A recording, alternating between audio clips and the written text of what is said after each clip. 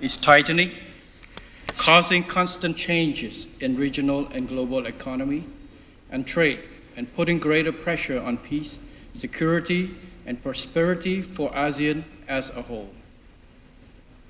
The ongoing Ukraine war, in particular, has caused tremendous destructions to the Ukrainian people.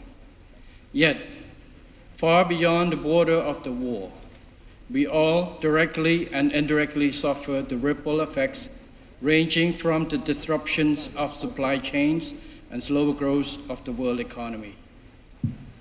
Ladies, Excellencies, ladies and gentlemen, Cambodia has been actively advocating and engaging in regional and global peace and security matters. On regional levels, as Cambodia assumed its ASEAN chairmanship role in 2022, Samdech Techo Hun Sen, the former Prime Minister of the Kingdom of Cambodia, led a high-level delegation to the Republic of the Union of Myanmar to advocate the escalating tensions and enabling constructive dialogues among relevant stakeholders to achieve enduring peace and national development, and shared win-win policy success drawn from lessons learned in Cambodia. On global levels, we have transformed ourselves from a recipient country of the UN Blue Beret deployment to become an active contributing country in UN peacekeeping operation in some hotspot countries of the world, as evident by UN peacekeeping and mine clearing missions in Africa and Middle East. We strongly believe that war cannot end by war. True peace and prosperity would only stem from peaceful settlement of conflicts through dialogue and consultations based on win-win approach, whereby it is imperative to have the participation and agreement of all parties involved, in a spirit of mutual understanding, setting the well-being of the people as a top priority. In the broader context, ASEAN and international communities must exert leadership in opposing the use or the threat of force against a sovereign state, while concerted effort is indispensable. In the meantime, members of ASEAN and the United Nations must adhere to the spirit of independence, sovereignty, territorial integrity, equality, and non-interference stipulated in the ASEAN and UN charters. Excellencies, ladies and gentlemen, ASEAN has become the fifth largest economy in the world. The success story of ASEAN has always been based on peaceful cooperations with active and proactive participation from the private sector as a prerequisite for socio-economic and human development. By having peace as a core fundamental value, ASEAN has forged stronger regional partnerships among its member states to enhance prosperity in the region and beyond. In this spirit, ASEAN must strive to strengthen its unity and centrality and advance the ASEAN economic community building process to sustain ASEAN as a region of critical importance and major center of prosperity, which can be equally and inclusively shared. In the current regional and global context, to achieve common prosperity, it is imperative that the strengthening and deepening of ASEAN economic integrations further contribute to narrowing the development gap within ASEAN itself. The promotion of intra-ASEAN trade and investment, in particular, ought to be meaningful and leave no one behind.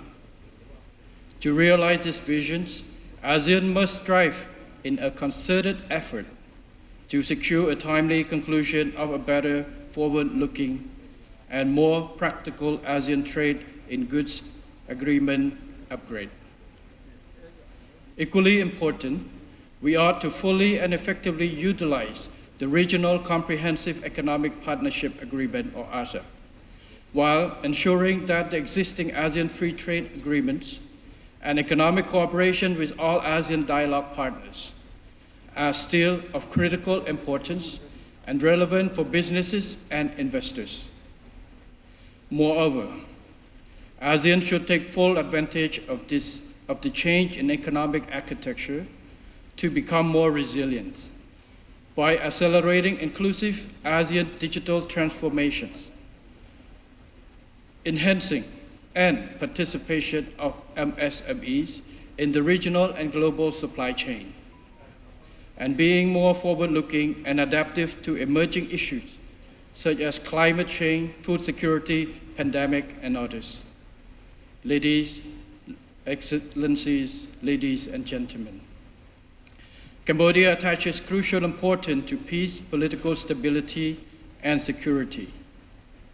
From a country marked by decades of wars, Cambodia has been enjoying peace, and through peace has graduated into the lower middle income country status, having sustained its economic growth of 7% per annum.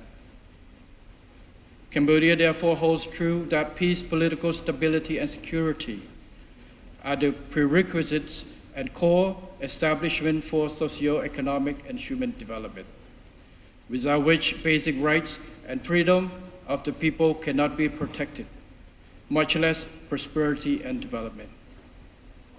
As I assume the premiership in this 7th term, the royal government of Cambodia has recently launched a new national overarching strategy called the Pentagon Strategy. The overall strategic mission is to safeguard and nurture hard-gained peace, and to accelerate national development to achieve the milestones of becoming a high-income country by 2050. This strategy has set out 5 strategic pentagons, including 1. Human capital development, 2. Economic diversification and competitiveness enhancement, 3. Development of private sector and employment, 4. Resilience, sustainable and inclusive development, and 5. Development of digital economy and society. Taking this opportunity, I would like to emphasize the importance the royal government plays an essential role of private sector in contributions to Cambodia's remarkable prosperity. Improving the business and investment climate has always been one of the top priorities of the royal government of Cambodia. For instance, to promote business and investment with sufficient incentive, protection, predictability, and opportunities, the royal government has adopted the law on investment and the law on public-private partnership, together with free trade agreements and bilateral and multilateral cooperations. Excellencies, ladies and gentlemen, as the new Prime Minister of Cambodia, I would like to assure you that Cambodia continues to be committed to the multilateral system, rule-based, international order, and principle of non-interference in order to protect and promote peace both at home and in the world. We will work closely with all ASEAN member states, as well as private sectors, to foster inclusivity, peace, and prosperity in the region and beyond. Cambodia stands ready to welcome all prospective investors to the kingdom where opportunities are abundant. Finally, I wish this summit a great success and wish Excellencies, ladies and gentlemen, the 4 Buddha blessing of longevity, nobility, health, and strength. Thank you very much.